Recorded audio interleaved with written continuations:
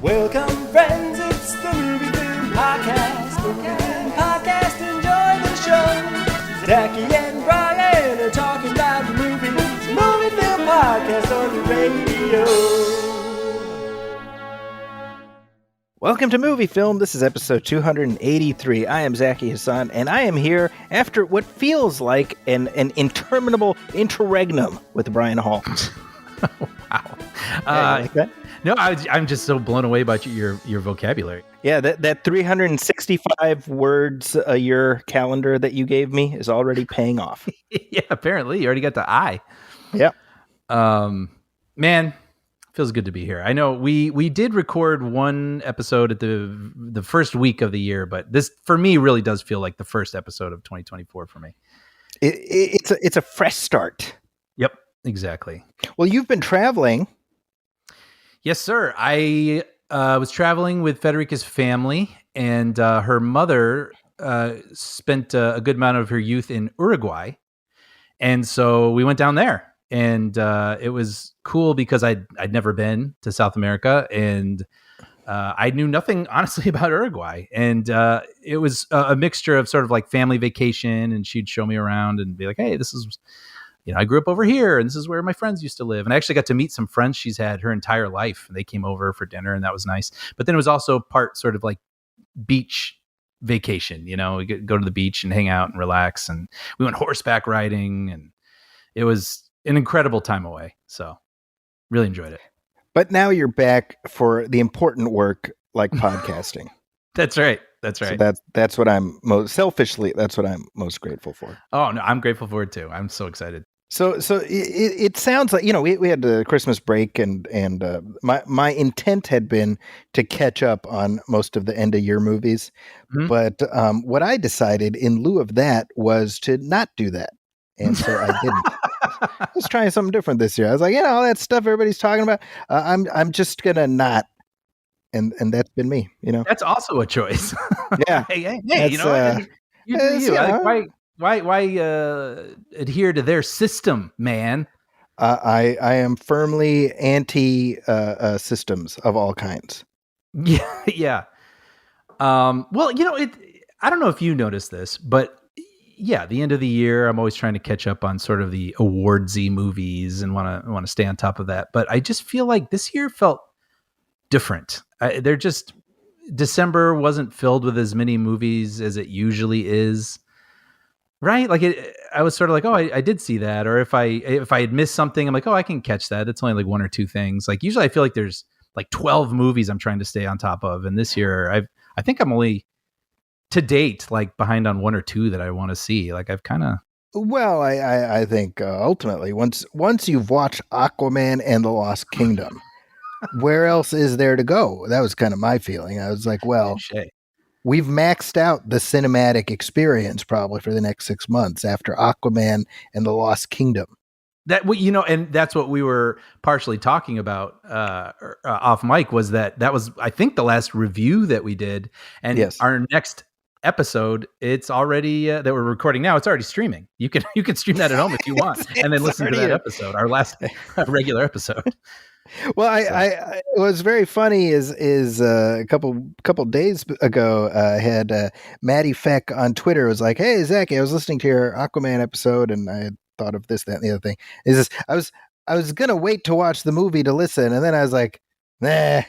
And I'm like, is there anything we can do to spoil that movie? I mean, it's what you see in the trailer. I mean, there's no shocking twist ending there, No. And, actually I saw, in my algorithm on Instagram, I got some video that was like a behind the scenes of the fight choreography of the movie. Mm-hmm. And I felt so bad for everybody involved in that movie because you're watching them in like sweatpants and t-shirts and like a studio with these sticks working their butts off, learning this choreography, working so hard. Patrick Wilson looks like a total badass. That must have taken a lot of time to learn that choreography. And then they cut to the scene and it's just incomprehensible. It's just chopped, edited to death, just blah, blah, blah, blah, blah, blah. Like it looks like nothing. And I was like, oh man, that just made me feel bad. Yeah. I read an interview with Dolph Lundgren where he was kind of grousing about the fact that there was like much more of a like I shot a lot more stuff with King. What the hell's his name? King, him, Yeah, yeah, King Lundgren. yeah. Okay. Uh, and that ended up getting cut out of it. And I was like, well, first of all, I was like, well, I was actually surprised he was in it as much as he was. Yeah, yeah, yeah. He's a big part of the third act. He is, and I liked him in it. So I feel for him, but I'm also like, man, nobody came out of this thing unscathed. I mean, it's Oh yeah, yeah. it it's what I said, I can't remember exactly what I said last month. I was like it's just like, it's fine, whatever. I will Yeah. never watch it again, though. I mean, it's it's in one eyeball out the other. Yeah, it's sort of like checklist, like check, but I don't know what would bring me back, like what I would want to relive in that movie again. Yeah, and so that's it's not surprising that it hasn't had much of a wake following it in terms of like cultural conversation, but it's still weird. I haven't looked at the final box office, but the fact that it is the sequel to a $1 billion+ Yeah. hit, and it's done like basically nothing in terms of building on that. I mean, that I don't know. I find that disappointing. Yeah. Yeah. No, I mean, I'm always rooting for it. The movie I'm watching, I wanted it to be good, but it seems like there was a lot of behind the scenes stuff too. I mean, I'm sure with Lundgren, they probably shot 3 movies, and kept Yeah. changing it and changing it and changing it, and then patched together whatever they had left. And I mean, as of this recording, it's made a little under 400 million worldwide. I mean, obviously it's not a billion, but that's not the Flash numbers either. That's not nothing, but still, the drop off between movie 1 and movie 2. I mean, that's ridiculous. Oh yeah, yeah, yeah. I mean, yeah. I mean, you could probably read a book on it. Everything that changed between the first movie and the second movie, and why you end up with that number. Well, I've been saying this all along. I'm like, James Gunn making his big announcement about a year ago, where he's like, "This is everything that we have coming up." At the start of a year where you had 4 different DC titles, I firmly believe that played a not insignificant role in every single one of those movies flopping. Yeah, 100%. I mean, or at least affecting their numbers without question. Yeah. It was so ill-conceived. I don't understand putting out a big announcement like that while you've still got players on the field. Yeah, agreed. But anyway, Brian, it's a new year. This Aquaman is so 4 weeks ago. Yeah, yeah, yeah. That's our side podcast, Acquitting Aquaman 2. You've seen some other stuff though.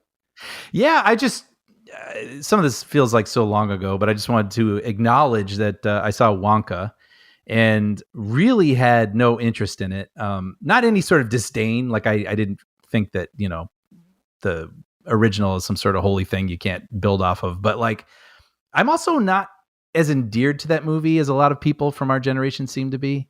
The original, the Gene Wilder, Wilder one. Like it's fine. I remember watching it, but I guess I just don't love it like some people do. Mm-hmm. And this was kind of a social thing. We went out with some people, and we all were like, well, I'll be darned, that was really adorable. So that's what I keep hearing. Yeah. But I remember even when we talked about the trailer, which was awful, by the way. Timothy Chalamet does not come across great in that trailer. I loathed that trailer. Yeah, but I remember saying, yes, but it is directed by Paul King, who did the first 2 Paddington movies, which are absolutely just so charming and lovely. So there was a part of me that was like, well, there's got to be something to this. There has to be. And I'm not like over the moon about it like some people are, but I was like, that was absolutely adorable. Like that was way better than it could have been. And I had a great time with it. So that's just my brief, like, hey, Wonka, actually, if you want to check it out, it's probably going to be streaming soon at this point. But yeah, it's very, very cute. Yeah, Idris went and saw it with his Boy Scout troop, and he was Mm. just telling me, he's like, "Oh, you should watch it; it's really good." So I do want Yeah. to see it, but I wonder. I want to ask you: do you think it also benefits from blockbuster burnout? Like, it's not another one of those other things. It's something that's slightly different. Probably, I think Yeah. so. And I mean, being a family sort of thing too. I mean, like adults can enjoy it, kids can enjoy it.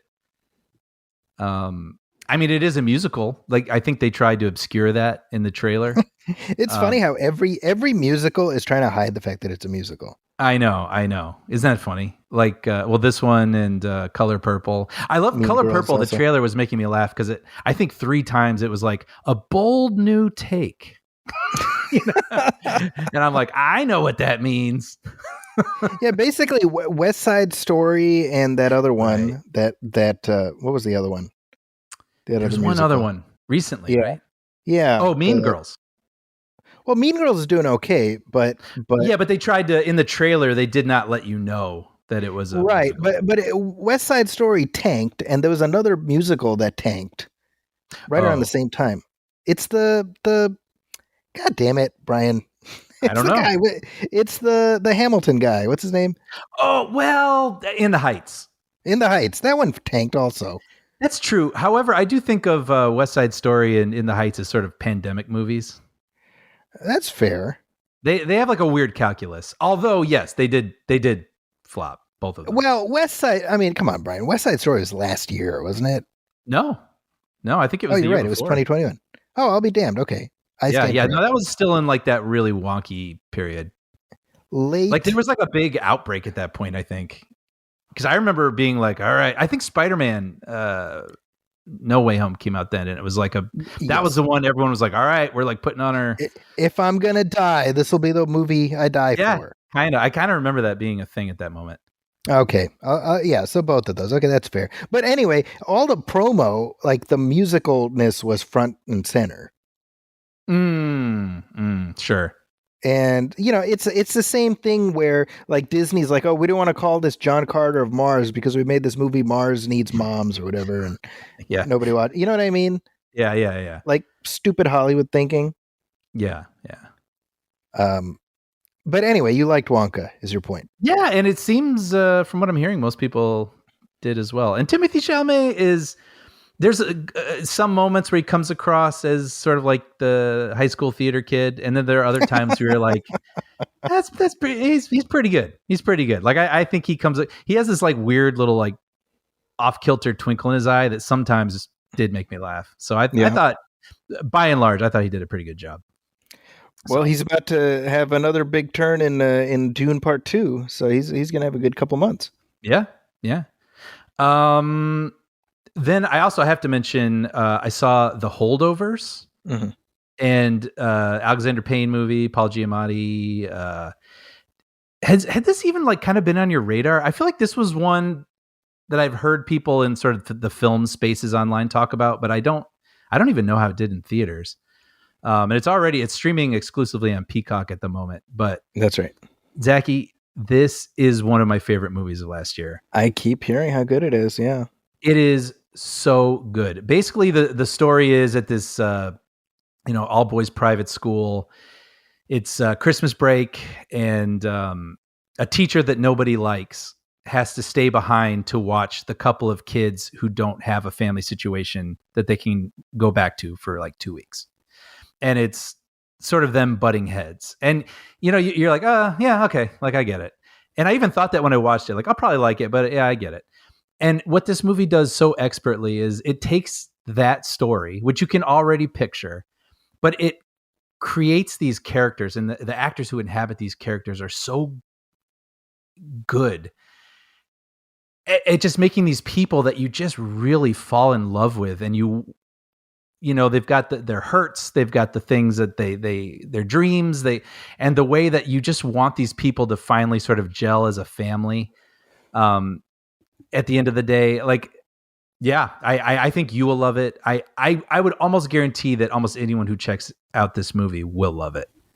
Well, I'm adding it to my queue. I don't know why I have Peacock, but Clearly, it's been leading up to this moment. So By the way, I don't either, but we do. And and just on that note, real fast, did you know that there is a TED TV show, the Seth MacFarlane teddy bear? I I literally I saw a headline. I think it was on Disney.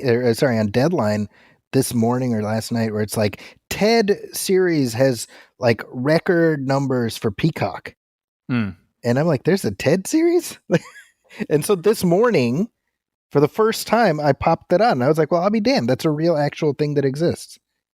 I saw that it had come out. I knew that we had Peacock, and so the other day I was just looking to half watch something, Yeah. and I've already watched like 4 episodes. It's like the easiest watch. Like it's just so not complicated, just Seth MacFarlane jokes. You know what I Yeah, mean? yeah. And like where some I, of them I, hit, some of them don't, but like the ones that hit tend to be pretty funny and kind of like well observed sort of things. yeah, I Um, watched about 10 minutes of the first episode, and I was like, oh yeah, I definitely want to get back to this. So I like what I've seen so far. Yeah. yeah. I didn't expect to just plow through 4 of them, but I did. Um, anyway, yeah, it's kind of fun. Very, very crass, just as for people who, Yeah, who are it's not a massive tonal shift from the movies, from what I can see. No. But anyway, I thought that was, but the Holdovers, one of my highest recommends of 2023. I definitely recommend that one. I also got to check out this movie that I feel like kind of went under the radar. New Nicolas Cage movie called Dream Scenario. Are you familiar with this one? Yeah, yeah. It sort of feels like a Charlie Kaufman movie, but it isn't. But basically, it's this, I wouldn't say down on his luck, but like a frumpy sort of college professor who's kind of unremarkable, doesn't make an impression on very many people. For some weird reason, he begins showing up in people's dreams, strangers, people who don't know him. And this is a phenomenon that's happening around the world. Like they're just having these dreams, and this same guy, the Nicolas Cage character, who's a real person, just happens to be there. And everyone starts to recognize it and be like, oh, well, yeah, I had that dream too. And so he starts to become this public figure, this curiosity that everybody wants to know more about. And I really dug this. This movie was, it's not for everybody for sure, but it's Charlie Kaufman-esque, I would say. But I just thought they took what was a really an amazing log line. You hear that and you're like, well, what's that movie about? And I felt like they did a pretty good job of expanding it into a full story. And it really becomes sort of a meditation on fame and how just because everybody thinks they know you, they think they know what you should be like. And if in their minds, they don't like something that you've done, regardless if that's something you actually did, then their opinion on you changes. Seems like this is where Nick Cage is at career-wise, where he's meditating on his own career. You know what? Yeah, definitely. He's made some interesting movies. This and that Pedro Pascal movie make for like a good double feature, it sounds like. 100%. And I love it. I love that he's making these sort of weird meta movies. I mean, meta movies are hard. It's like it's a tightrope, right? To really land something that actually feels well thought out and is entertaining at the same time and not, smelling its own farts or something. But yeah, no, I was pleasantly surprised by Dream Scenario. It lived up to what I was hoping to get in checking it out. Very cool. And like I said, it scratches that Kaufman itch for people who are into that sort of thing. 2 more I saw. These are sort of the awardsy movies, but I watched on the plane. I finally got to check out a movie that I had recommended to me a lot, but I got to see Past Lives. Oh, sure. Yeah. And this is a movie about 2 childhood friends in South Korea, and a boy and a girl. They kind of have this connection, a youngish romantic connection, but one of them, the girl, moves away to America. And then many, many years later, they reconnect, through Facebook, and get to sort of think about like what life would have been like. What if she hadn't left? What would her life have been like in South Korea? But she's very different now because she grew up in America. And so the way that they think and behave and and think about things is different, but they still have that connection. And it's about them. Well, it's about, reconnecting. And it's sort of, it's not a sliding doors movie per se, but it's just, what would that friendship have become, and what can it be now after all these years? And she's, I think she's married, or she has like a live-in boyfriend, but she's in a serious relationship, and all those dynamics. It is a lovely, lovely movie. I actually cried on the airplane. I was in my seat on the airplane crying watching this movie. It is just so phenomenal. Celine Song, I think it's her debut movie. She wrote and directed it. Just, again, I mean, when you take a nugget, it's so hard. Like, you have a nugget, you're like, that's a good nugget, that should be a movie. But then to turn it into the best version of itself is something that's just so miraculous. And I felt like she really took this idea and turned it into a really well thought out, well acted, affecting story. And again, if that sounds like your cup of tea, I sort of like Lost in Translation esque, but a little less ponderous. I mean, it's, you know what I mean? And I say that I love that movie, Lost in Translation, but this is a little more straightforward, but kind of that same sort of feeling, just sort of a little wistful, but very well done. Past Lives, highly recommend it. And then I'd been wanting to see this for months, and I finally sat down and forced myself to watch Anatomy of a Fall, which was another movie that's seeing a lot of awards season love. And I had, on another podcast, I had heard people just praising it up and down, and I just kind of, I'd missed it. This is a movie it's very, very interesting. It's basically, we begin with a husband who is dead, and he's in front of the house in the snow, bleeding, and the wife was there, and she claims she doesn't know what happened. And so that's where the story begins. We pick up from there, and it's a court, a good chunk of it is a court case, and lawyers trying to pick apart the details. And what it really becomes about is an examination of a relationship, of a marriage. And you're looking at facts. You, like, for example, they had a fight the day before. So, well, clearly she must feel this way about him. But as people in relationships know, it's like, just a fact on the surface does not speak to the whole of what something is, what two people are. And so it becomes this, well, maybe only two people can understand things that may seem so obvious on the outside to other people. And again, what an interesting idea. And the fact that they made a movie that is so intriguing and mysterious, and you don't know, like, you are going through this as the case unfolds, and you're obviously, you don't want it to be true, because she's, for all intents and purposes, the protagonist. You're sort of with her, and you want it to not be true. But I'm like, I don't know. Like, they do a good job of like obscuring certain things, and you'll learn, there'll be revelations that will happen where you're like, well, I didn't know that. How does that make me feel? But I do find myself sort of prejudiced in a way towards supporting her. Like, if I was a juror on this case, like, what would I do with this information? And it's an interesting mystery. It's an interesting examination of what it's like to be in a relationship, and how complicated that can be, and how that's something only the two people really can understand.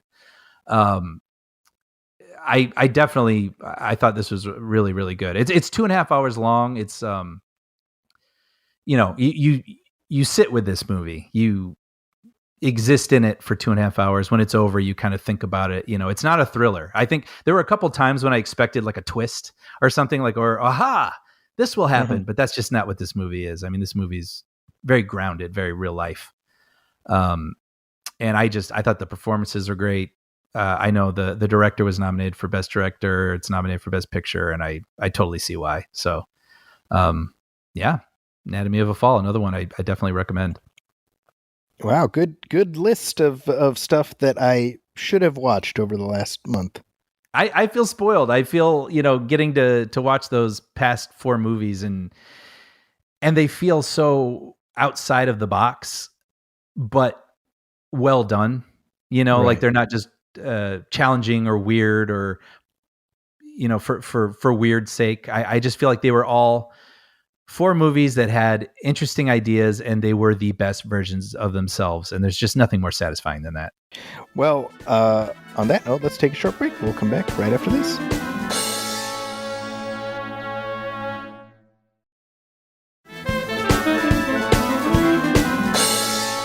And we're back. And actually, Brian, before we get to listener letters, I wanted to mention real briefly over the winter break. You know what I revisited was Road to Perdition. Yeah, I like that movie. The last time I saw that movie was in the theater in 2002. Wow. So Yeah. that's how long that's been. It's a good flick. I remember it feels almost like existing in a painting. Like it's so beautiful. All the shots are so gorgeous. It's a very like sort of lush visually, isn't it? Right? Like the lighting. Yep. Yeah. Yeah. But so yeah, what was it like? Going back to it. Sorry. Yeah. That was what I remember about when they were filming that movie is when I was at Columbia. That was like my last year at Columbia College. So a lot of it was being shot in and around Chicago. So a lot of people I was going to school with were working crew on that movie. Wow. Yeah, I have that. Yeah, I have a lot of very personal memories with that movie also. I remember it filming near where we lived, which was very exciting because that didn't happen very often. And then that was when I first moved to California, 2002. And I went to a screening where the cinematographer, Conrad Hall, was going to speak afterwards. And I remember thinking, wow, is that what LA is like? Like you just get to go to the movie and then the filmmakers walk in afterwards and speak to you. Like I remember thinking I was in a wonderland. No, it's the first time I saw Daniel Craig was in that movie, although he was not on my radar. So of course years later when he's James Bond, it's like, what, that guy? That American guy? Because he does such a good American accent in that movie. Yeah. And Tyler Hoechlin is Tom Hanks's kid. Wait. Who is that? Well, he plays the son, who goes with him, and now he's Superman. He's on Superman and Lois. Oh, whoa. Wow. Okay. Wow. Right? So he's been on a journey, Yeah, good for him. Yeah, and I was thinking, because he's a good actor, because in addition to being Superman, he's been in a lot of stuff. He was in Everybody Wants Some, the Richard Linklater movie. Oh, yeah, I like that movie, yeah. Yeah, I mean, he's been in a lot of stuff. But I was like, talk about the best possible film school in that you get to act with Tom Hanks as your father. And talk about somebody to learn not only the craft from, but also just sort of how to be on a film set. Sure. Right? But I don't know, it's what a lovely movie. I mean, really, it just works, Yeah, I'm glad to hear that because my memory of it is very positive. So I'm glad to know it holds up. Yeah, I mean, I've had my list of like kind of older 90s, 2000s movies that I'm trying to watch with my kids. I was kind of on like a mini Tony Scott kick because I revisited Crimson Tide and Spy Game. Spy Game. Is that Operation Dinner Out? That's Operation Dinner Out. I don't know why I remember that detail, but that really worked its way into my brain. So good, man. I have always been such a big fan of that movie, and I feel like I don't know if it gets talked about a ton. No, I don't feel like it does. Yeah, it kind of falls between the cracks of various Tony Scott movies, but I think it's fantastic. I think it's just a really good movie. Yeah, that's my memory of it. I should go back to that. Yeah, and Crimson Tide as well. I mean, again, it's just a great movie, but especially now that like it's been so long since Gene Hackman has been in anything. You really just like I think we took for granted in the 80s and 90s how many Gene Hackman performances we got, right? We just took it for granted. Like he's just part of the landscape. Right. And and there was always that certain energy that he brings. And then so I'm watching him in this and I'm like, I have missed this like on my screens. You know what I mean? Yep. But I say it all the time. I'm like, Hackman, it's not like he was in flops or anything like that. He just one day decided, you know what? I'm done. I love that. And if I'm not mistaken, I think he wrote like a book. I think he has written many, I think. Yeah, like he writes like crime novels or something now, which I'm like, man, that is so cool. I love it. Like just doing what he wants to do. To be able to just call it a career on your own steam, what else can you ask for, Yeah, Crimson Tide. That's one I've revisited many times over the years. Yeah, I'm fairly certain I have not seen it as many times as you because it had been a minute since I watched it now. But again, it's just that the specific Tony Scott in particular, but I'm going to say '90s thriller in Mhm. general. There was like a look Yep. Yep. that he just exemplified, Yep. and man, I miss it. Me too. Me too. I I love it. I miss the sort of sweat glistening off of people's skin in these like underlit corridors and stuff. There's just this look that I don't feel like we see anymore. Sort of like McTiernan, Tony Scott for sure. Yeah, like I don't know if it's lenses, I don't know if it's lighting, film stock, whatever it is. But my brother brings it up a lot with Christopher Nolan movies. He's like, those movies look like the movies. That's how I want movies to look. And Mm, it's to me, it's reminiscent of that sort of '90s tense film look. yeah. Actually, it's funny. Speaking of older movies, something I decided I was going to say revisit, but actually just visit was Miracle. That Disney movie about the hockey team. It's funny you say that because I've never seen it, and recently it's been on my radar. Like, oh, I bet I would enjoy that. I should check that out. Well, I know for sure you would enjoy it, and I'll tell you why. Because as soon as it was done, I was like, "Oh, Brian would like this." Oh, funny. Right. I mean, look, it's part of Disney's, armload of inspirational coach movies. Sure, sure. And this Road to Perdition. Remember the Titans. Remember the Titans. Yeah, Road to Perdition's an inspirational coach movie. What do you think Tom Hanks is doing? right.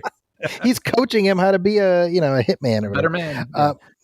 Yeah. Remember the Titans and in that vein. Yeah. So this is Kurt Russell as the coach of the U.S. Olympic hockey team that ended up beating the Soviet Union. And again, man, you get what's on the tin, Mm-hmm, mm-hmm. but that's exactly what you want. Exactly. Kurt Russell. Obviously, I was in sort of like Kurt Russell mode. Yeah. Um, Kurt Russell skating, so to speak, and it's appropriate because it's a movie about skating, and it worked out well. So, Did you see this story, by the way, where I guess Kate Hudson was on some sort of talk show, and she was talking about her dad, and I guess she told this story where basically when the O.J. Simpson Bronco 405 chase happened, mhm. she said Kurt Russell, her dad, was just like, "Oh yeah," and just like left, and then she said then she watched on TV because the NBA finals were going on. Everyone was watching that. And then it switched over to the OJ coverage and it showed OJ returning to his driveway and there was police tape blocking off people. And she saw Kurt Russell behind the police tape, like, like just like checking it out. Like he just got in his car and drove over to OJ's house and was there visible on news footage, like helicopter footage That's hilarious. behind the yellow tape. Like, I got to see that, like I was like, I love celebrities. They're just like us. exactly. I thought that was such a funny, weird Kurt Russell story. Like weirdly Kurt Russell story. Like it just feels like something I can imagine. By the way, speaking of Kurt Russell, have you watched Monarch? No, I haven't. Dude, it's good, man. Yeah. Yeah. I think you should give it. I think you'd enjoy it. Okay. I'm a little behind on stuff. I'm catching up. Actually, I just started and finished Fargo. I should say that, but that was like my big next TV thing. Yeah. And, so maybe now that's done. Yeah, this because it's always the concern. Like sometimes these shows start strong and then they kind of peter out. But this is like it's 10 episodes. I think it's a solid story. Okay. And just know going in. I mean, it's not going to be Monster Palooza, so it's character based, and I think the characters are compelling enough to make it worth watching. And yeah, Kurt Russell, he's great. Of course, he's great in everything. Okay. I believe you, and that's kind of what I'm realizing I really like. I guess when it comes to those monster movies with Godzilla -1, I mean that was one of my favorite movies of last year, and it was really about the people and their relationship to the monster, and not just about the monster stomping on everything. Yeah, I have a student in my class yesterday. I was asking. Yesterday was the first day back after winter break. Which, by the way, so I don't know if you know this. The CSUs were going on strike. I did not know this. Yeah, so this is the CSU, meaning California State University. So it's like a system-wide strike for faculty, and we Okay. were told in advance, like way in advance, it was going to be a 5-day strike, so Monday through Friday, right? Mm-hmm. And so we were told, like, by Sunday night, before the strike starts, Sunday night at midnight, make sure you have all your coursework and everything, anything you're going to do, because you can't, no answering emails, no nothing, Mm. uh, once the strike is on, you know? Now, classes weren't going to, for me at least, they weren't going to start until Wednesday anyway. Oh, I see. But regardless, so Sunday night at midnight, you know, I get everything before midnight, and I'm like, you know, send them a message. I'm like, no class on Wednesday because this and that. And so Monday is the first day of the strike. It's like, okay. And then Tuesday morning, I wake up and we get an email. It's like, hey, the strike is over. And I'm like, man. Yeah, right. I mean, just to be clear, I don't want to go on strike indefinitely, but maybe like, I don't know, Yeah, 3 days, you know? knowing that it was only going to be a limited amount of days, and it's almost like learning that there was going to be a snow day, and then they're like, "Psych, never mind." You know? And it was funny because my classes are 7:30 a.m. This is in San Jose. So, you know, I wake up early, I open the door, and dude, it was like torrential downpour. Of course. Like I mean, yeah, Noah's Ark floated by, you know. And I'm like, we couldn't have just had a strike for one more day. As I swam to school, you know. Right. Put your your Yeah, waterproof bindle over your shoulder, and just it swam out the door. it was ridiculous. But anyway, I had a student. So I was like, oh, you know, what have you guys seen lately? And I had a student who said over break, he went to Japan and he got to watch Godzilla -1 at the Toho screening room Cool. in like a 4DX theater. And it was the black and white version that they're coming out with. And I'm like, that sounds amazing. Like, talk about an experience, right? Yeah, seriously. So he had seen it before, but he's like, I was going to be going to Japan. I wanted to make sure I watched Godzilla -1 in Japan at this theater, and I'm like, that's pretty awesome. That's very cool. Very cool. You know. Yeah. Oh, you know what's funny too is over the last couple of days I've been caught up in a Planet of the Apes rewatch. Oh, the and films. the films, and I know you, Brian, are like, yeah. So what's new about that, Zachy?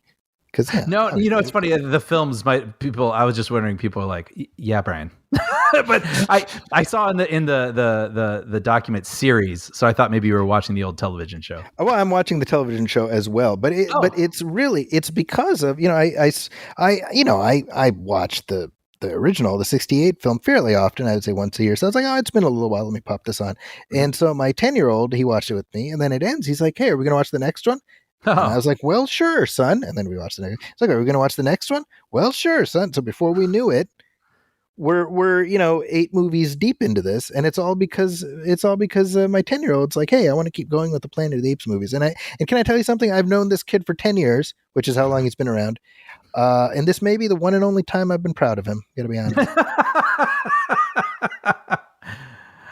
I can vouch for that.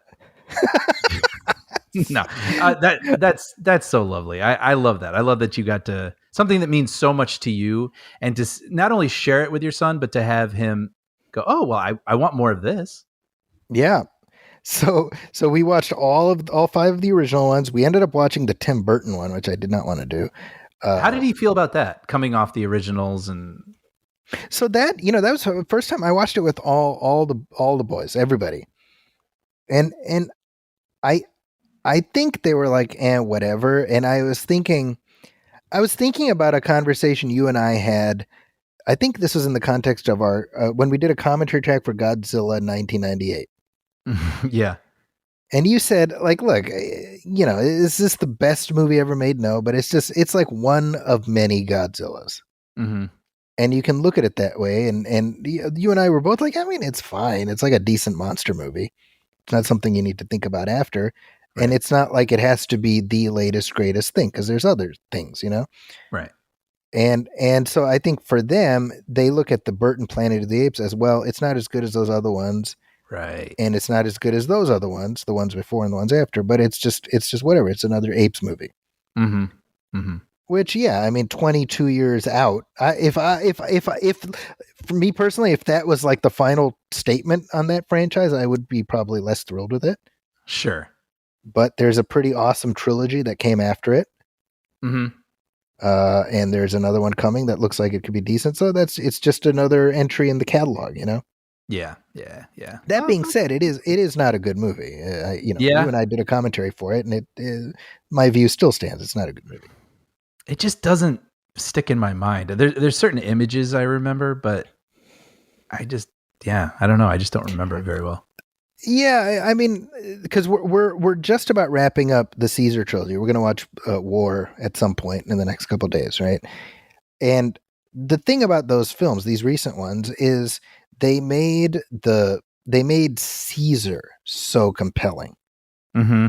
His journey is compelling, and everything wrapped around, like all the scenarios and everything, they work because we care about what happens to Caesar.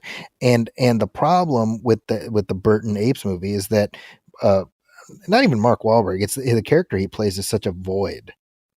Yeah. That I mean, ultimately, we just don't care because he's not made. I mean, I'm rehashing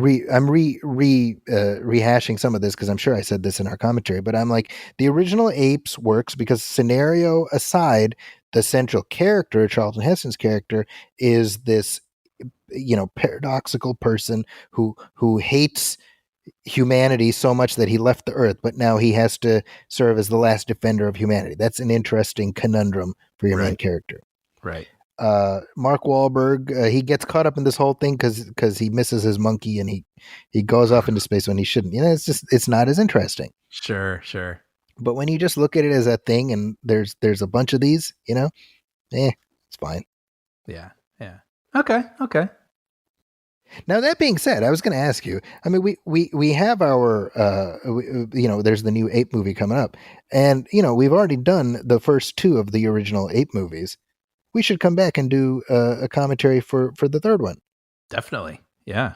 Yeah, that's Escape from the Planet of the Apes. Okay. Yeah.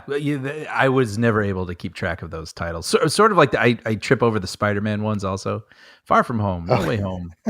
Here's a Home. Like I hard to, but yeah, I remember liking it. And the nice thing for you, Brian, is that it's short. It's like 90 minutes. So 90 minutes. Let's do it now. Let's do it.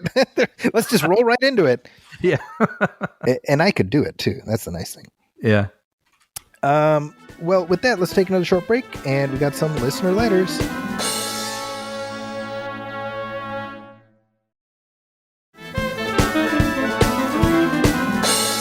All right, Brian. Hey, we've gotten some notes over the last couple of weeks. Always appreciative of anybody taking the time to write to us. When we put the work out there, we just do it, and the idea that whatever we're doing is enough for people to actually put quill to paper, because apparently we're putting the show out in the early 19th century. Honestly, I mean, this is always one of my favorite parts of the show. I love hearing the letters. Well, this is an email we got at moviefilmpodcast@gmail.com from Mark McGee, who says, "Hey guys, great commentary on Die Hard 2. I think I've seen this film as much as the original, and it's part of my perennial holiday film list. As a kid, I was a huge fan of the 70s disaster film craze. If you ever do a retrospective, I'd love to help out. So for me, Die Hard was to The Towering Inferno as Die Hard 2 was to the original Airport. That film dealt with everything that could go wrong at an airport during a crippling snowstorm, including an incoming plane with a bomb on board. I was giddy when I heard the rumors that the third film would be on a cruise ship, a la The Poseidon Adventure. Which, until Mark brought that up, I didn't even make that connection. But yeah, that's absolutely apt. Yeah, same. And I've said before, right, that those Irwin Allen disaster movies, they get chalked up as, oh, those are 70s camp. And it's like, well, both The Towering Inferno and Poseidon Adventure had, like, I was speaking of Gene Hackman, right? He's in Poseidon Adventure. Towering Inferno is Steve McQueen and Paul Newman. I mean, these were like big budget blockbuster movies. They weren't campy exploitation movies, I don't think I've seen any of them. I'm aware of them, but I know very little about them. That's something I'd like to check out. I think both the Poseidon Adventure and the Towering Inferno I would definitely recommend. Mhm. Airport, I've seen one of them. I don't know which one. Mhm. But yeah, that became kind of a little franchise Right. with I think George Kennedy is in all of them. I saw the airport. I saw the one with Chuck Heston in it. Okay. And I believe that's like Airport 77, 75. There's a few. Sure, sure. Hold on, I'm going to look that up actually. Airport 75. Okay, so that's the one with Charlton Heston. That's the one I've seen. Okay. Wow. So they're actually titled after the year that they came out? So there's Airport, and that was in 1970. There was Airport 75, which came out in 1973. Yeah. 74. Yeah, I know. Well, no, that was 74. Oh, weird. Airport 77, that was 77. And then Brian, the last one, the Concorde, Airport 79. Hmm. Okay. And apparently George Kennedy is like the one connective The tissue link. through all of these. Okay. Yeah, but I don't know if he plays the same character in all these. I'm curious. That would be really funny if he was just like a different guy. He had like a mustache in one, and no, it's not me. Yeah. I'm curious. It looks like no, he's playing the same character. So Okay. Kind of the John McClane, if you will. yeah, exactly. Although I don't know if he's the main or a tertiary character. Anyway, what are we How could the talking about? same Yeah. thing happen to So the same guy twice? Yeah. seriously, that's like a run of bad luck. Yeah. So there were four of those. So back to Die Hard 2, Mark says, I saw this on opening day back in 1990 and still remember the crowd's reactions in the packed theater, especially the cheers and applause at the ejector seat scene. There was even a sympathetic, aw, reaction to the Willard Scott insult.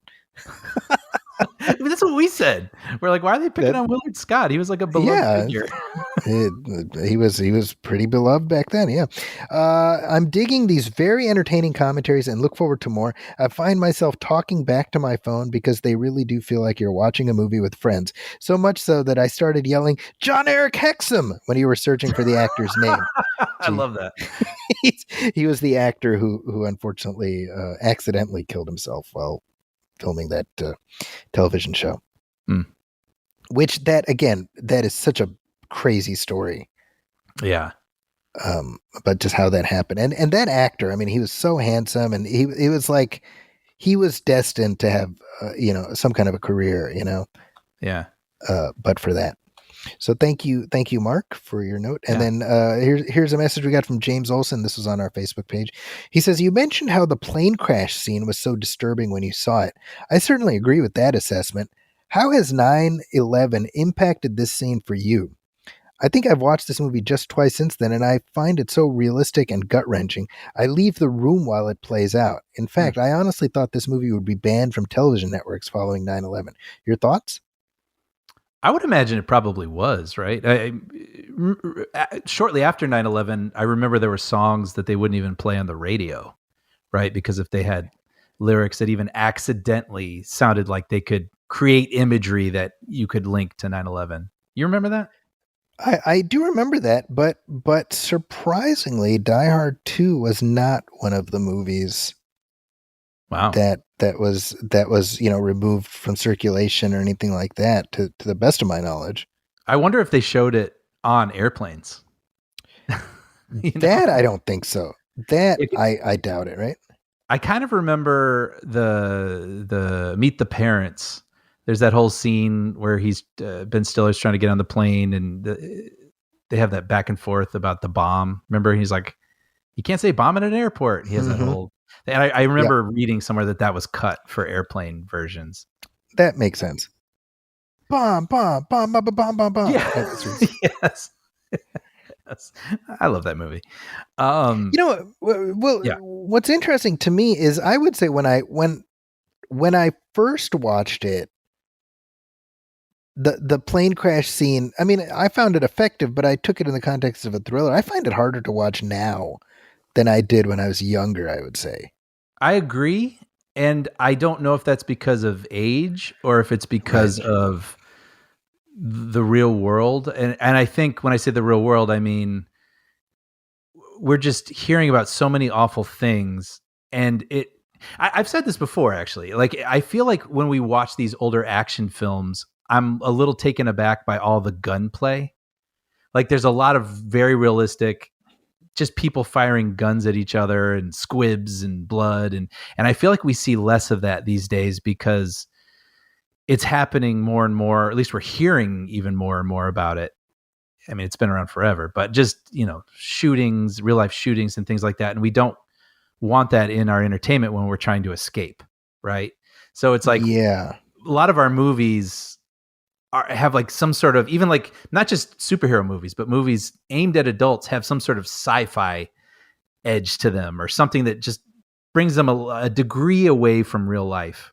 And so I feel like when I do watch these older movies, I am a little like, oh wow, this reminds me of real life. This horrible event, I can imagine this in my world a little bit more than I'm used to in my entertainment these days. So it does affect me a little differently.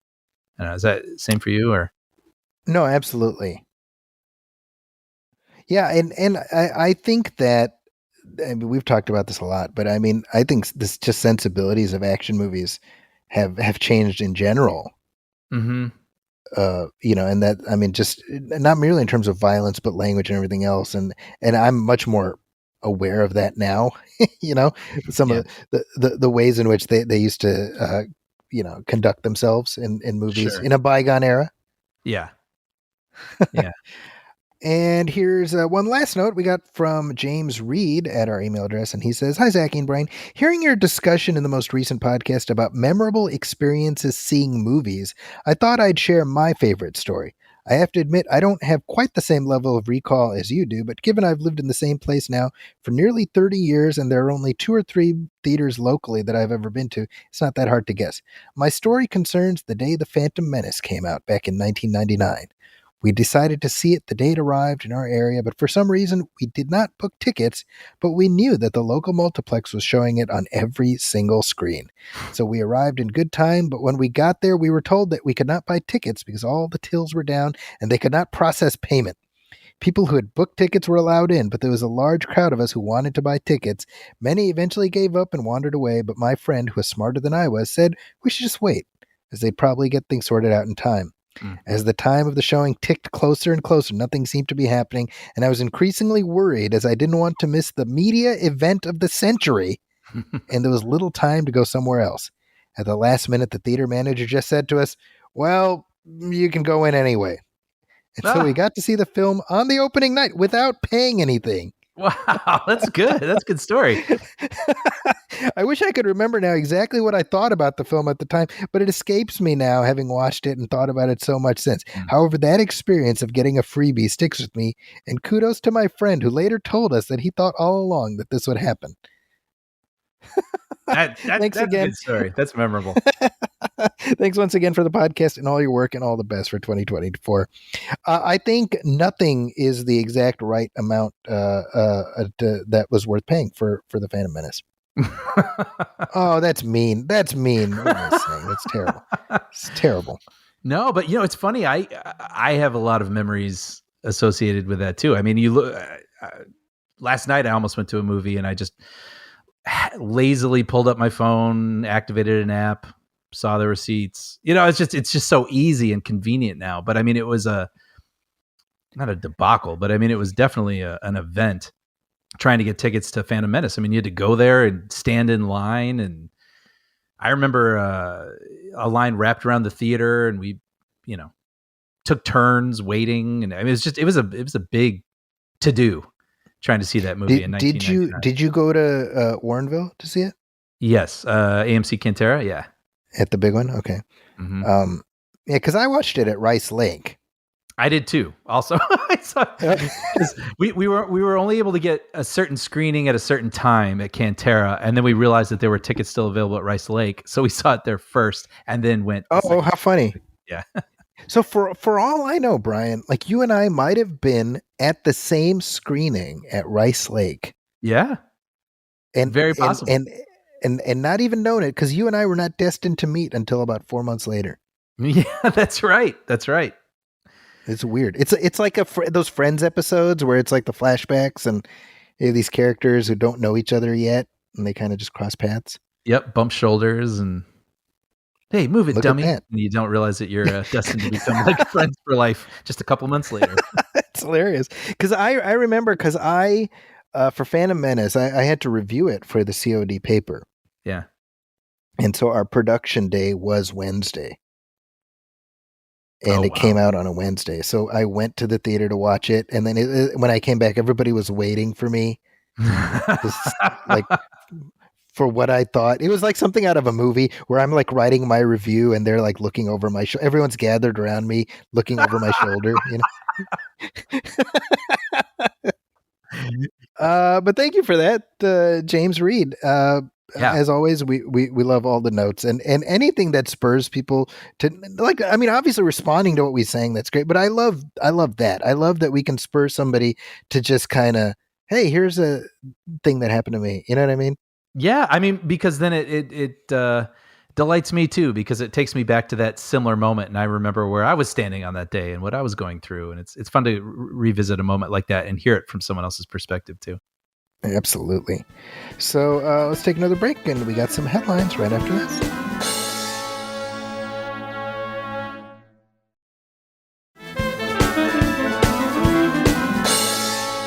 And we're back. And hey, the Oscars were just announced 2 days ago, and the world is having an entirely normal one.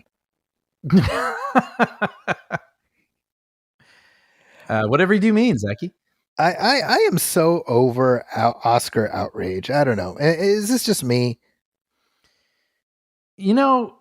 Just in general, setting aside the specific outrage du jour, I'm sick of every year people find new stuff to get pissed off about without grappling with the central reality that who gives a shit about the Oscars big picture. It's funny. I go back and forth between those points of view. There's certain times where I get sort of wrapped up in it and I have my opinion and I think about my opinion.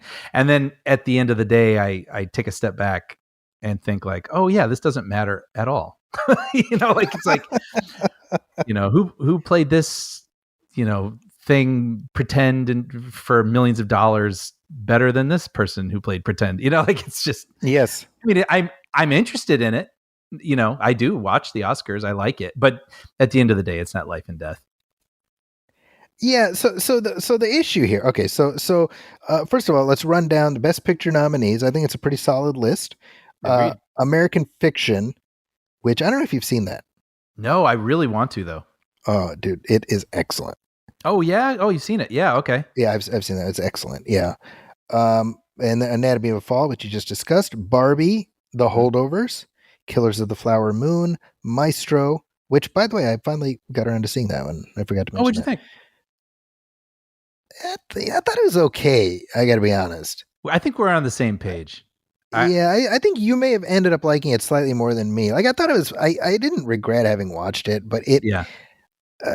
I liked the performances. It did feel a little, a little theater kitty of Bradley Cooper. Like, oh, yeah, it's a performance movie. Yes, More exactly. than anything, yeah. Oppenheimer, Past Lives, Poor Things, and The Zone of Interest. Yeah, all sounds good to me. I have not seen. Well, Poor Things is the one that I almost tried to see last night. I want to see that soon. And then Yes. Zone of Interest, I have heard many things about, but I don't know if that's one of those movies that I'm ever going to be in the mood for. I don't know. Have you? I know what you mean. Yeah. Yeah, it's a Holocaust film for people who don't know. So in the directing category, what's notable is that Greta Gerwig did not get a nomination for Barbie. Mm-hmm.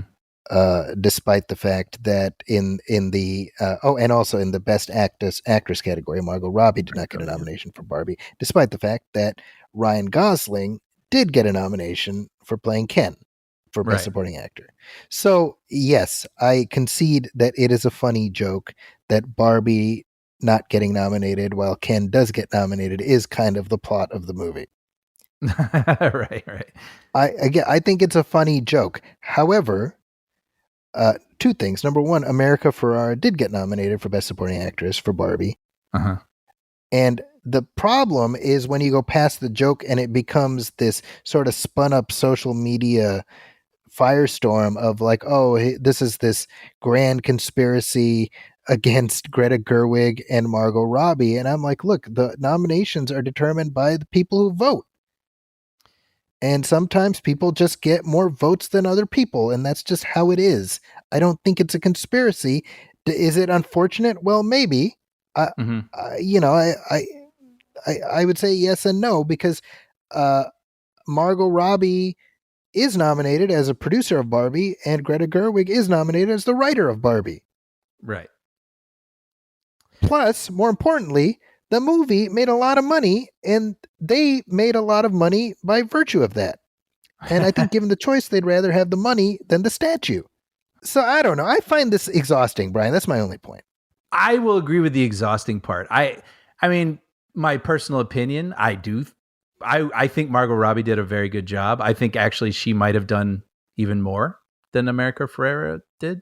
And I don't want to turn this into going against anybody or anything like that. But so I think she could have comfortably sat there. And I also think Greta Gerwig.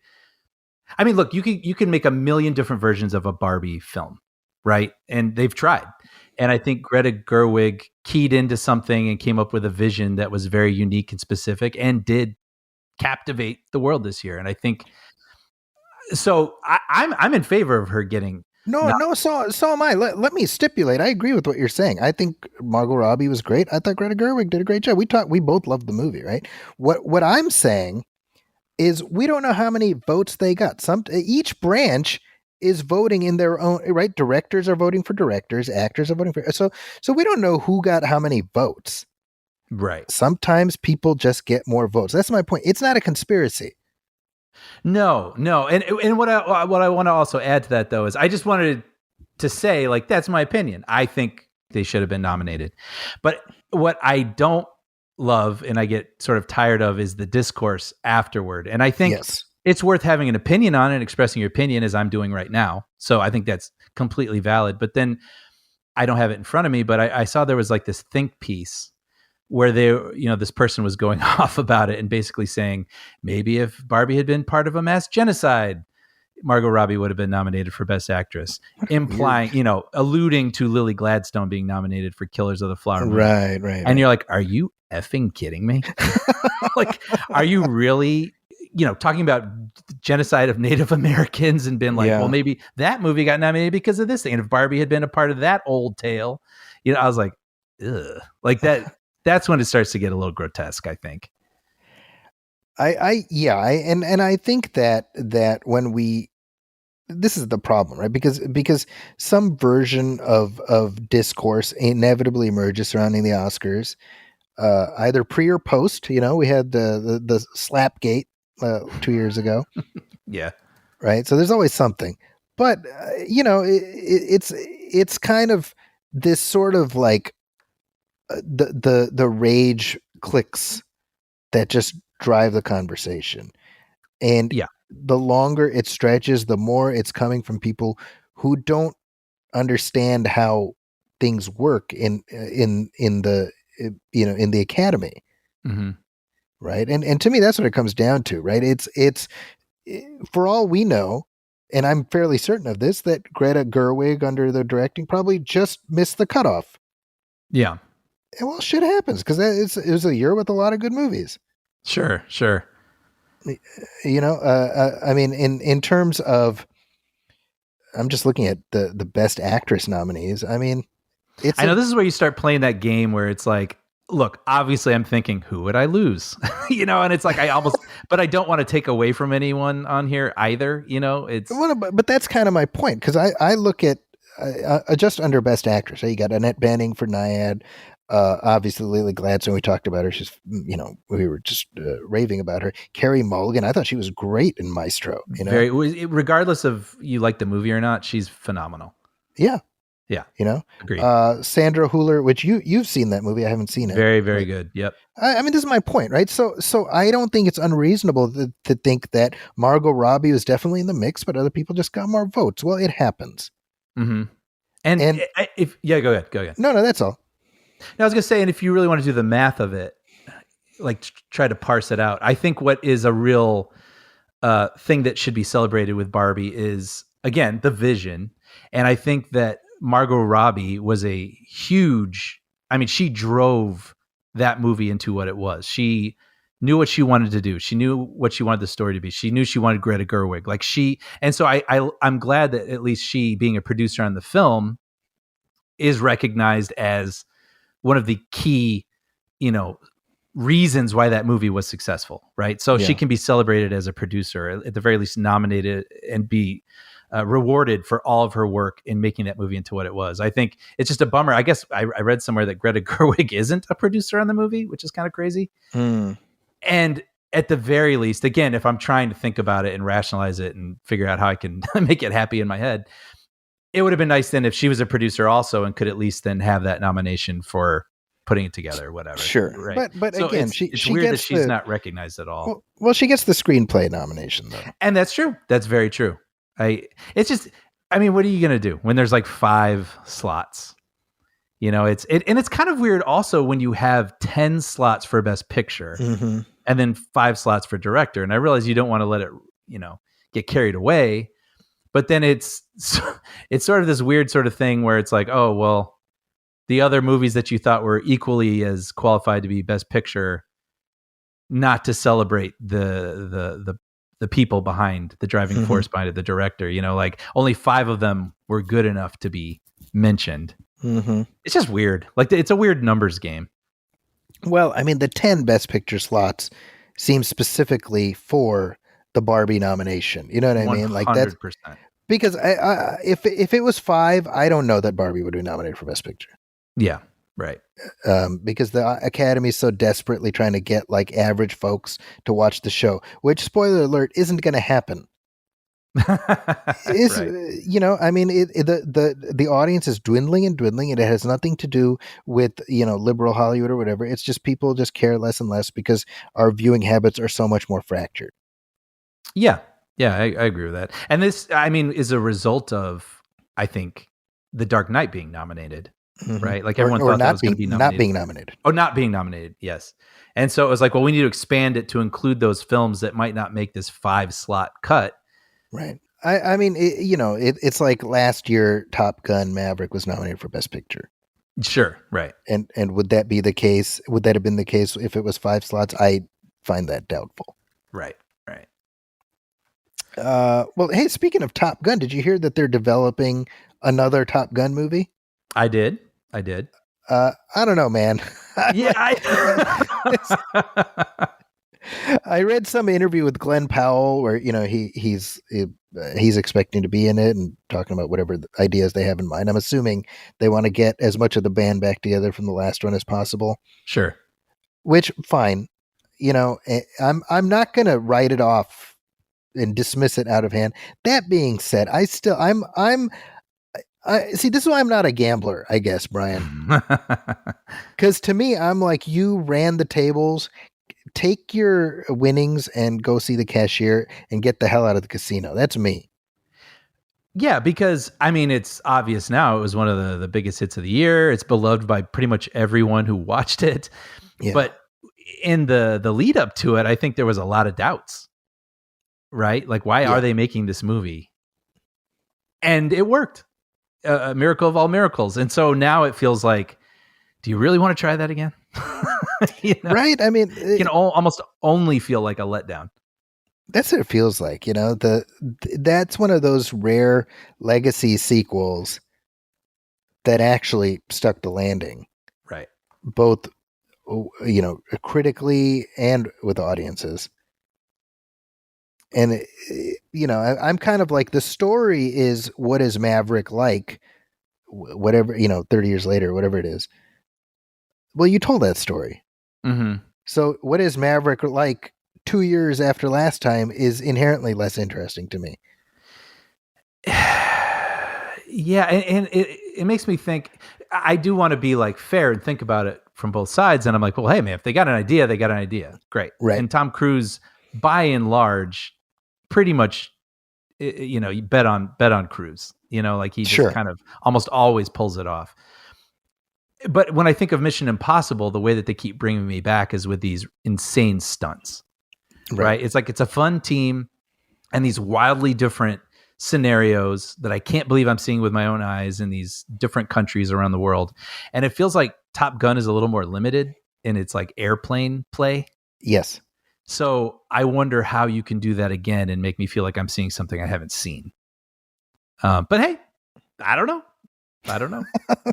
Look, I like you say, I'm rooting for it to be the best version of it. But if the rationale behind it is, oh, the last one made whatever Yes. billions of dollars, that's not a good rationale to me. 100% agree with that. You know, I mean, speaking of Mission Impossible, I mean, again, the last one underperformed. Like we don't talk about that. Yeah. Yeah. That's true. And there was a lot of, Monday morning quarterbacking about that too. With it was like, was it because it has a part one in its title? Is it because of this, because of that? I don't know. Well, they've quietly removed part one from the title. Did you see that? I did. And that's funny. That's not the first Tom Cruise movie for that to happen, right? With the Live, Die, Repeat, Edge of Tomorrow. They've sort of changed the name. They just changed the title. Yeah, how funny. I didn't think about that. But yeah, like the plan was Dead Reckoning Part 1, and then in 2 years or whatever, it's going to be Dead Reckoning Part 2. Now, whatever the next one is, it's not going to be Dead Reckoning Part 2. Yeah. Yeah. And like big picture, it doesn't matter at all because the movie does come to a decent enough endpoint. Mm-hmm. But I am just sort of like, is that really the thing that's going to keep people away? Like, I mean, you know what I mean? Like if you're a fan of at this point, after this many years of Mission Impossible movies, it's the Mission Impossible that's getting you in the theater. The part one would not be the thing keeping you out of the theater. Yeah. Yeah. Agreed. I mean, it's too late. Like, what does it matter now? Yeah. They need the entity to go in and just erase all evidence that it was ever entity. Yeah. That it was ever part one. Yeah. Yeah, and it got delayed too, I think, right? Part two? Yeah, I mean, there was so many things working against both these movies. I mean, pandemics, strikes, all sorts of things. Yeah, Tom Cruise losing his shit. Remember that? Yeah, that's right. Yeah. Last year was the part one year, though, right? I mean, we had 3 of those. We had what do you mean? Fast X Part 1, Spider-Verse 2 Part 1, Dead Reckoning Part 1. That was like, we don't usually see that. Yeah, and those are films that we likely won't see the sequels to for a lot longer than they probably anticipated. That's right. I mean, Spider-Verse? Oh my gosh. When are we getting that one? I mean, that was supposed to be like in 6 weeks, remember? Oh, is it really? Yeah, it was supposed to be kind of a Back to the Future 2 and 3 situation. So it was going to be, March of 24. Now it's, you'll see it when you see it. Yeah. But you know what? Honestly, I mean, that's what it used to be with the Star Wars films. They were every 3 years, and we liked it. And we liked it, dagnabbit. That was the way we liked it. It's definitely not the timetables we deal with these days. We're used to it a little quicker, more back to back, but we've survived it before. I think it'll be fine. Well, speaking of Star Wars, Brian. Yes. So there's some new Star Wars movies that are, I was going to say coming out, and I'm going to stop myself. Yes. There are some Star Wars movies that are in the process of possibly ramping up to the point where they might be able to come out. Right. Yes. Perfect. So first of these is, well, there's the Star Wars New Jedi Order movie that was talked about like before the strike. Mm-hmm. Daisy Ridley's coming back. She's going to play Rey, like an older, wiser Rey. Yep. I think 5 years older, wiser. It's not a substantial leap. Is it set? Like, when is it meant to be set? Do you know? I'm seeing 15 years out from Rise of Skywalker. It's set 15 years later. Yeah, it's from Kathleen Kennedy. Wow. Okay. Well, that's kind of. I actually didn't know that. That's a choice, right? Yeah. Yeah, that's interesting. So it's I mean, well, this, why do that? Why not just this is the quote. I actually have it here. So, well, we're 15 years out from Rise of Skywalker, so we're post-war, post-First Order, and the Jedi are in disarray. There's a lot of discussion around who are the Jedi, what are they doing, what's the state of the galaxy. She, I believe, referring to Rey, she's attempting to rebuild the Jedi Order based on the books, based on what she promised Luke. So that's where we're going. okay? Okay. Yeah. Now, Sound like my brother. Yeah, go ahead. okay. So first of all, this is being directed by Shermeen Obaid Chinoy, Uh-huh. who she's really unique. She's got an interesting filmography, so I'm actually interested to see what her point of view. She directed several episodes of Ms. Marvel, the miniseries. Oh, yeah, I got to see that. Yeah. But here's my thought on this, and I want to be very very clear about this because I am largely supportive of what Disney has done with Star Wars. Mm-hmm. That being said, does this not sound a little bit like they're trying to give themselves a mulligan from the sequel trilogy? Oh, I am certain that was discussed in a boardroom somewhere. Yeah. Like, how do we sort of, I mean, you can't erase them. You're not going to take them off iTunes. You know what I mean? But like, Yeah. how do we sort of come up with like a new start where if you choose to ignore what came before, you're not dealing with first order that like, okay, that happened. We are past that now. This is new. We're starting somewhere new. Yeah, Yes. sure. So here's the problem. The people you've already alienated, you're not going to get them back. Mm-hmm.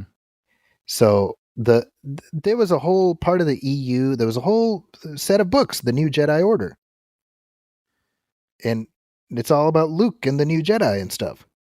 Mm-hmm. So they're doing this where instead of Luke, it's Rey. Mm. I'm fine with that. I want to be very clear with that. I like Rey. I'm happy to see her further adventures. However, boy, are you going to piss people off even more. Wait, what do you mean? Like in not because they're already the fact that you just wiped Luke out of the story, and sure. now all their bullshit issues with Rey anyway. Sure. And then you just drop her into that scenario, and so I'm kind of like. I'm just like, man, like you guys are making this very hard on yourselves. That's my point. Interesting. I can't say I disagree. I don't know that is the first thing that sprung to mind. I feel like, but again, I'm coming from whatever place I'm coming from, which is I can't say I hate the sequels, but I can't say I'm passionate about them. I feel like they were sort of a mess that wasn't handled very well. Yes. Well, but I think they struck gold with Rey. I think they came up with a new character that was immediately felt iconic and like she belonged in the universe. I think they struck gold with Daisy Ridley. And so for where I'm standing, I'm excited to almost see her get a second shot. Yeah, but why jump ahead 15 years, man? Why not? I mean, just like, I just don't understand that because you're divesting yourself of all that story time, This is my issue with the sequels, how it's like 35 years or whatever that we know nothing about. Yeah, but I have to admit, I wasn't in love with the idea that it's like, it's not the Empire, but it's kind of the Empire. You know what I mean? No, I didn't like that. I agree with you. Yeah. And so I'm excited to get away from that and maybe see some new turmoil in the galaxy for her to have to deal with and not, I don't know, like no more Death Stars, no more. I'm kind of excited to start from scratch in sort of a way. Here's my only point. Why didn't they just do this 10 years ago? Yeah.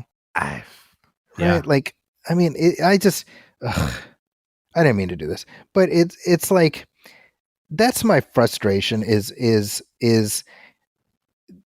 you're setting, okay, and we've said this before, you're doing Star Wars Episode 7. This is the one time ever you get to do Star Wars Episode 7. Mm-hmm. And there's going to be Episode 8 and Episode 9 right after, and you don't plan it out. And and that's going to be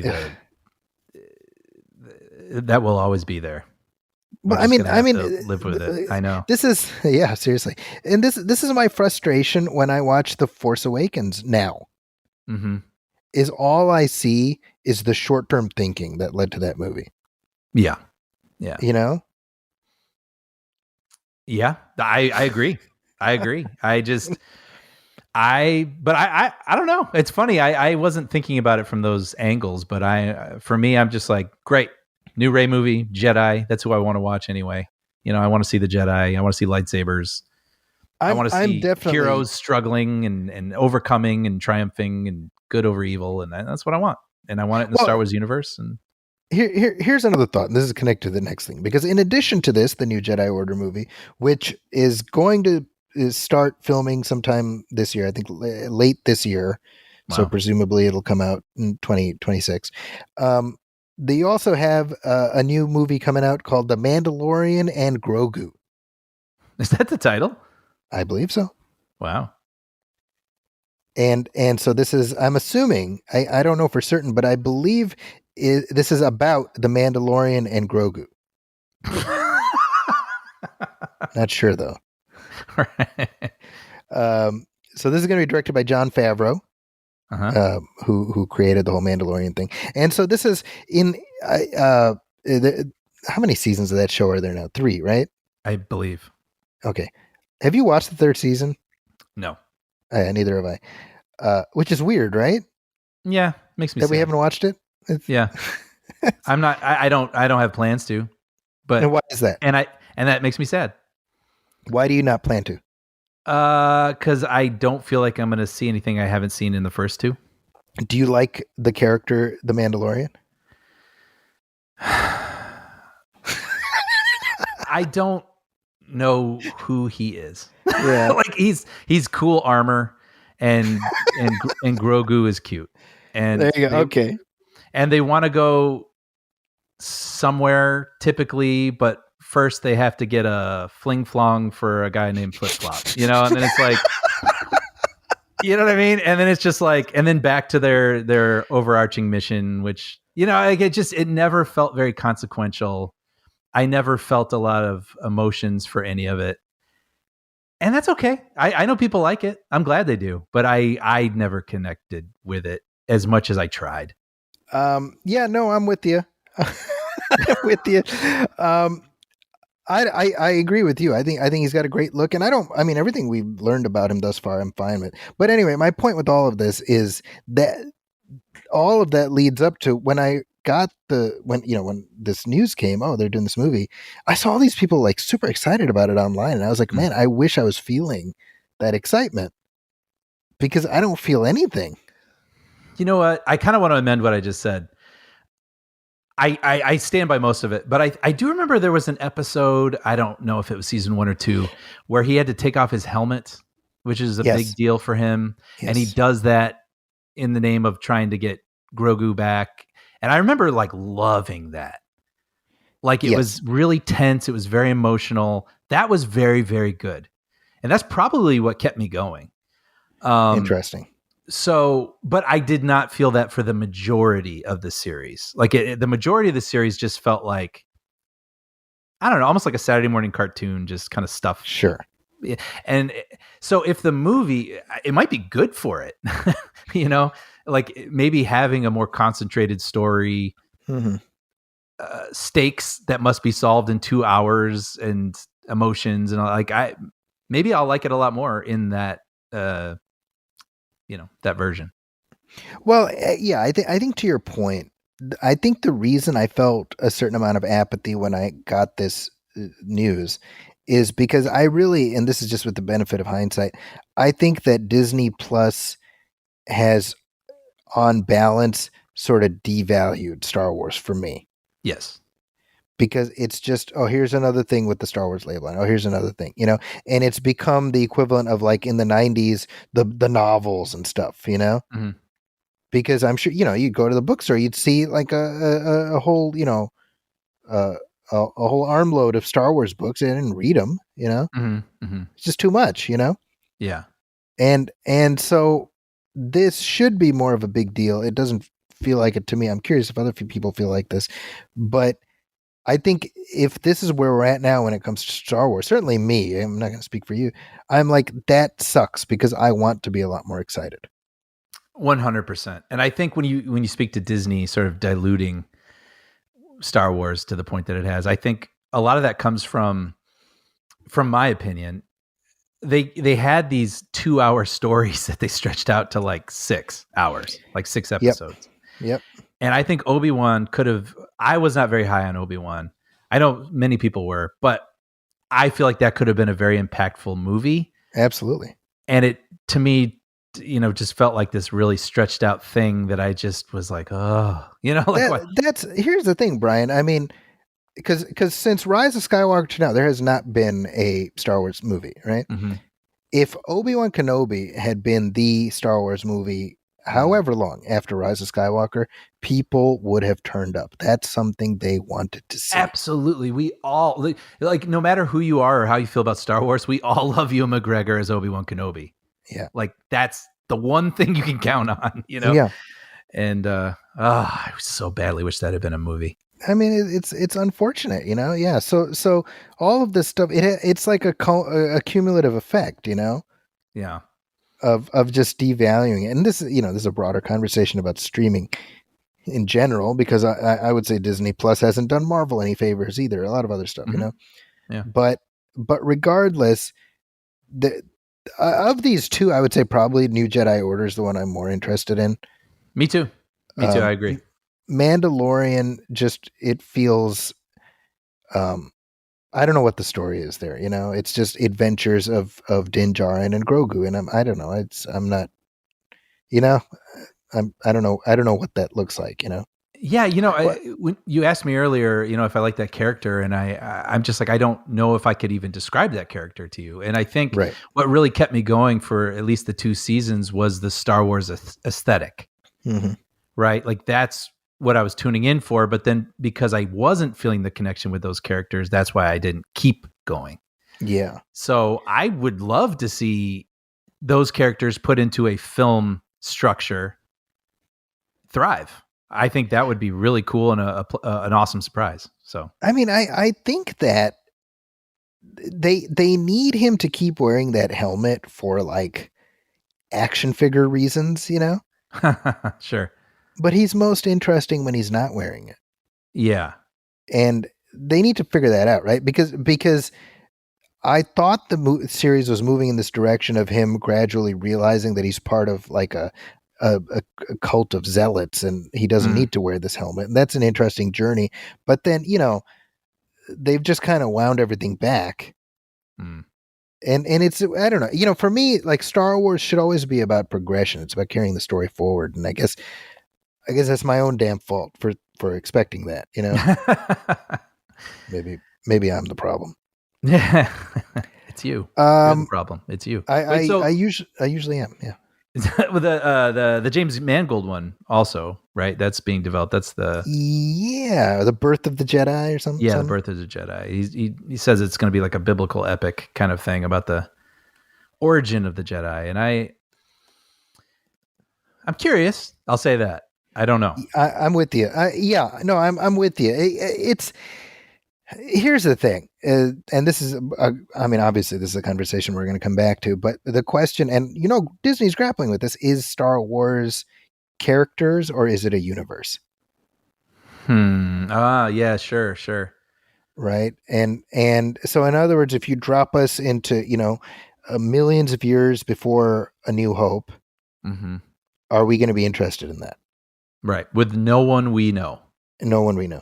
And so then, it's what it always comes down to. Okay, well, the scenario is fine, but who have you created to make us care about this? And I trust James Mangold, definitely. Yeah, but the scenario itself is not enough to intrigue me. That's my point. I enjoy the nugget. I mean, it goes back to what I was talking about, those movies at the beginning. I mean, that's a ripe nugget.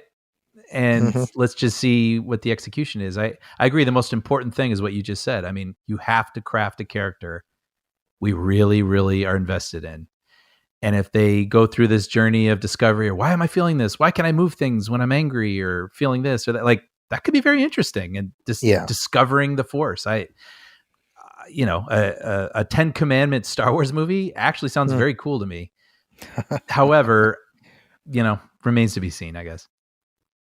I think with regards to the new Jedi Order thing, I mean, certainly there's an opportunity there to have Luke be a part of it. Oh, right. Yeah. As a Force spirit. So maybe there's an opportunity there to sort of create the relationship between Luke and Rey that we never really got to see in Yeah, the sort of like previous Luke film. and Obi-Wan. Right. I mean, I think, I mean, just thinking about people's beefs with with certainly with Last Jedi, right? Obviously, the notion that, oh, she made a promise to Luke. Well, no, she didn't. Not really. Mm.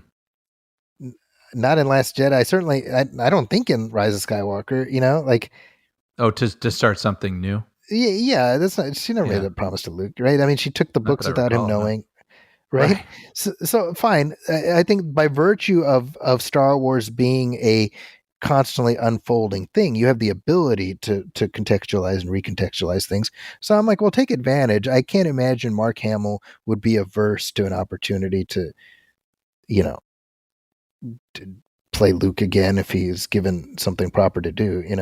Yeah, I think you also run the risk of, how do you make that story feel fresh? Because that was a big part of the sequel movies, right? Where it's like Luke tried to have his academy and someone went rogue. So So yeah. So he'd be like, watch out for your nephews and nieces. That'll be his advice. yeah, but it's like, yeah, I mean, what's the conflict with her having like an academy? I mean, you have to imagine it's someone going dark or something. So I mean, Yeah. it'll be interesting to see what they come up with, and hopefully it feels fresh.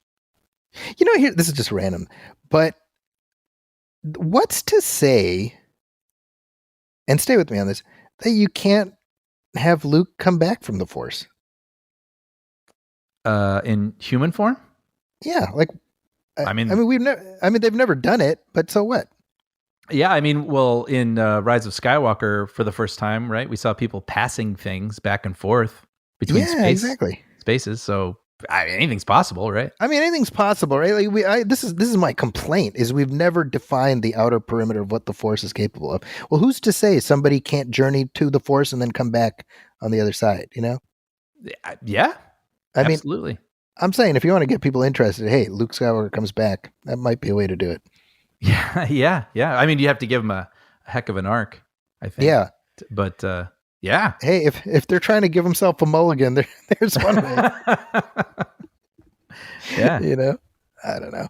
That being said, Brian, this December will be 5 years since Rise of Skywalker came out. Whoa. Well, yeah, pandemic really like skewered my sense of time in that movie and whatever, because I would have never guessed it was half a decade ago. Really? So anyway, my point is I'm looking forward to coming back and maybe doing a commentary. That'll be our new thing that we keep promising, and then Rise of Skywalker. Actually, it's funny. I'm going to surprise everyone. It's like, yeah, next week we got it. It's done. Yeah. Like we already did it. That one. That one. Actually, it's funny. I forgot about Solo, which seems appropriate because everybody forgets about Solo. You're so right. Yeah. I'd like to do that one too. I would like to do Solo. I suppose we should do that before Rise of Skywalker.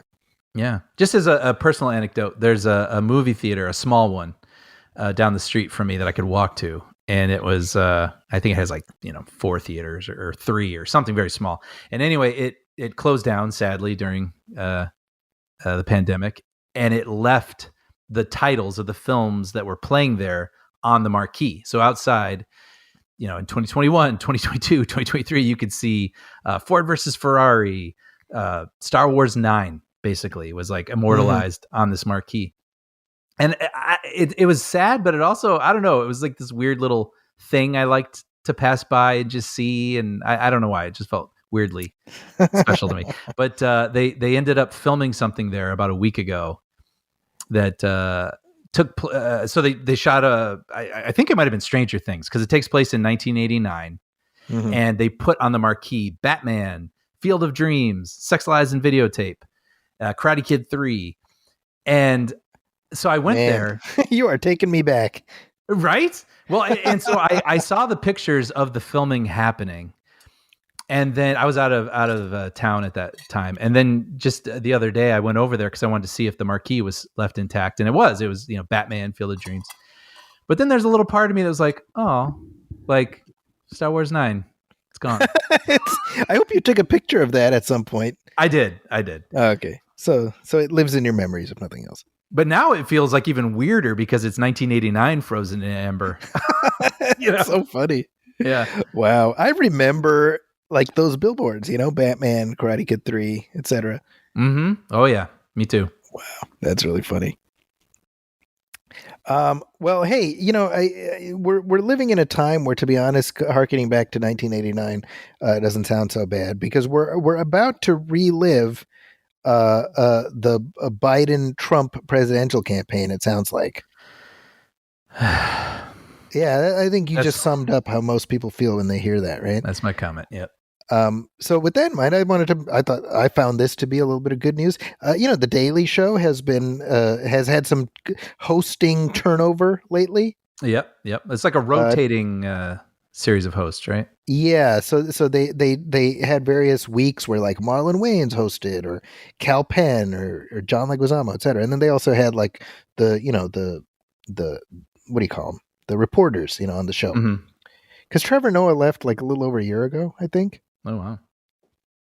But regardless, the Comedy Central announced yesterday that Jon Stewart is coming back to host at least once a week the Daily Show through the 2024 election.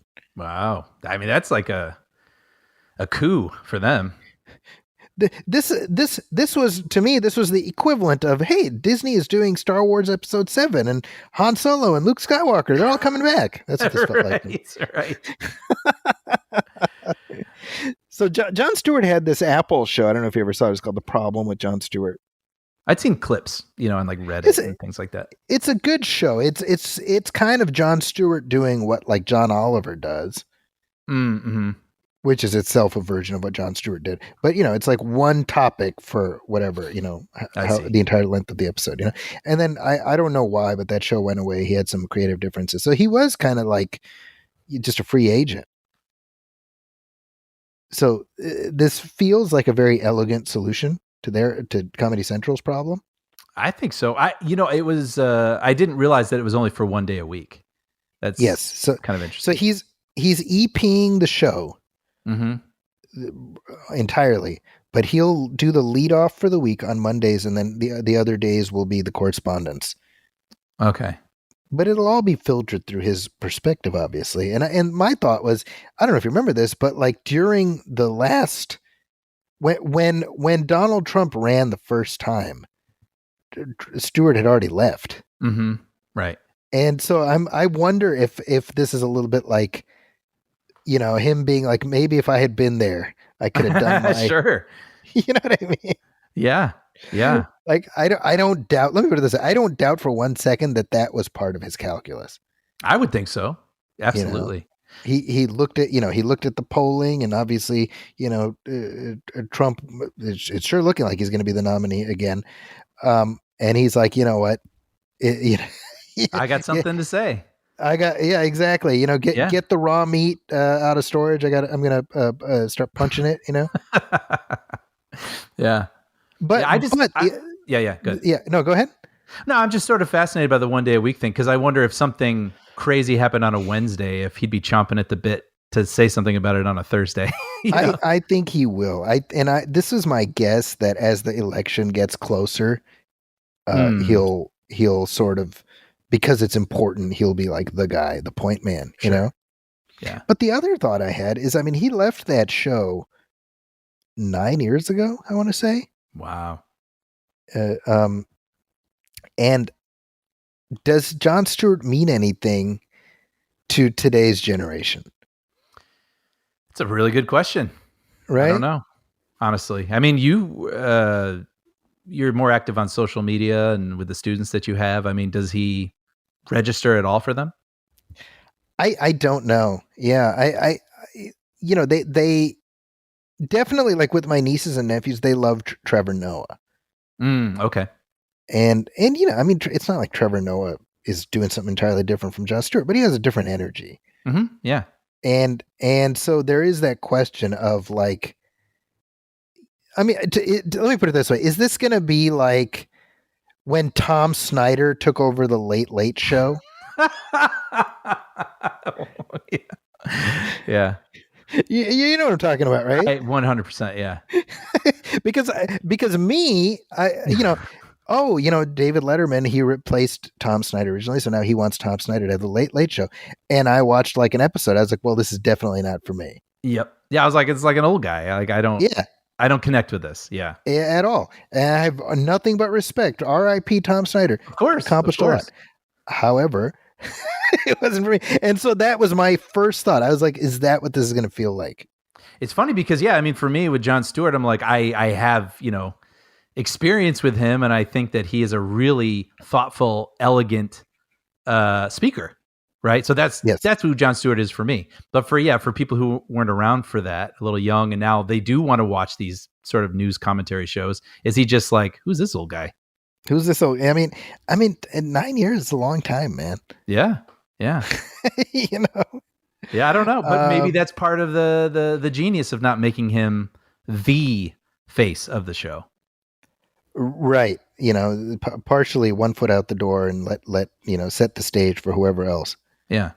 Yeah. But it's again, you and I were very excited to see Michael Keaton back as Batman.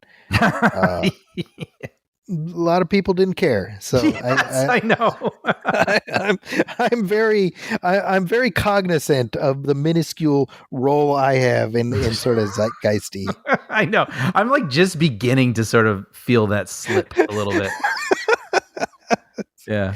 I was talking to another one of my students. I was like, "Oh, what's the last good movie you saw?" And he was raving about Spider-Man: No Way Home. He's like, "Oh, I watched that again." I was like, "Oh, why'd you like it?" "Oh, when I was a kid, Tobey Maguire was, I used to watch those movies all the time."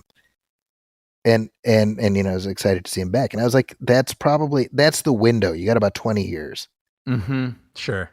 After that, it stops mattering, Right. Right. And I mean, these people are, I was going to say kids. They're 18, 19, 20. They're nostalgic for Andrew Garfield as Spider-Man, Right. Right. Because that's how long ago his tenure was. So, right. To all things a season, Brian. Turn. That's the takeaway. But I think that's a good place to leave it this week. What do you think? Yeah. Yeah. Oh man, this is great. Running through the news with you. And... we covered some ground here. Yeah. Yeah. No, I'm ready. I'm ready for 2024 to be back in the saddle with you. Well, we got a whole litany of great commentary tracks planned for the year, of which I'm not going to say anything for the time being, because I like what I've decided is for some of these, I like surprising people. And I think some of them will surprise people. I agree. Yep. So whether that surprise is coming sooner or later, it is coming. And with that, I want to remind everybody, first of all, thank you again for all of your letters and comments. If you have anything to say about anything we said today, you can email us at moviefilmpodcast@gmail.com. You can also hit like on our Facebook page, facebook.com/moviefilmpodcast, and message us there. As always, please go to Apple Podcasts and leave a review, leave a star rating. We are just under 100. I would love to get over that number if possible. So much over. I don't want to stop there. I want to keep going. I'm greedy, Brian. But if you could do that, we would appreciate it ever so much. Brian, is there anything you want to hype up? Oh man, well, speaking of Star Wars, Young Jedi Adventures is on Disney Junior and Disney Plus. And if you are a Star Wars fan, I mean, the whole conceit of this show is like, if you're a Star Wars fan and you want to get your kids into Star Wars, but they're at that age where they're just not ready to sit through the whole thing, but you want them to get excited about lightsabers and be ready to love those movies. Young Jedi Adventures was designed just for that. It gets you into the whole lore, what the Force is, kids using lightsabers. It's a great time. So you can check those episodes out at, like I said, Disney Junior and Disney Plus. There you go. As for me, you can find me on social media at Zacky's Corner. I'm on Twitter I'm on Blue Sky. I'm on Threads. I'm on Instagram. I'm everywhere. Damn. And I would love, if you like what we do here, I would love for you to follow me there and let me know, hey, I'm here because of the podcast. That'd be nice. And with that, on behalf of my partner, Brian Hall, my name is Zaki Hassan. This has been Movie Film 283. We will catch you next time. Thanks, folks. Welcome, friends. It's the Movie Film Podcast. Movie Film Podcast. Enjoy the show. Zaki and Brian.